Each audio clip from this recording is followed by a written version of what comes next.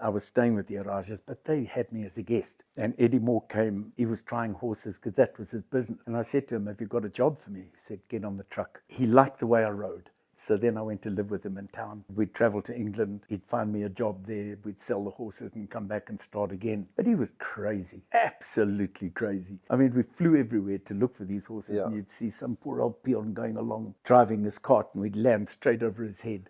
No, you got to get the cart off, and we'd put a saddle on. No, don't like the horse. Get in the plane and fly off again.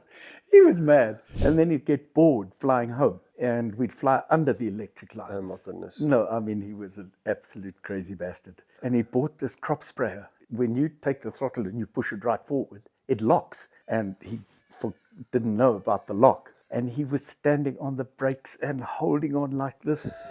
And this thing jumping around like this at full throttle. And eventually realized, there's nothing else to do. So he just parked it against his Ford F-250. And he opens the canopy and he looks at me, he says, Gavi, did you see that? It ate the truck. It ate the truck. And he was as happy as Larry, I mean, as long as there was a mess happening, he was happy. It was how he played polo. He was the one that they had to eventually change the turning rule on. Because he said, if I played against Coronel Suarez, it's 40 goals. Yeah. My team's not 40 goals. So I got to do something different. And he's the one that started the turning and the dribbling and controlling. That all the rules have been made about you can't turn right and all of this. Still a throwback to him.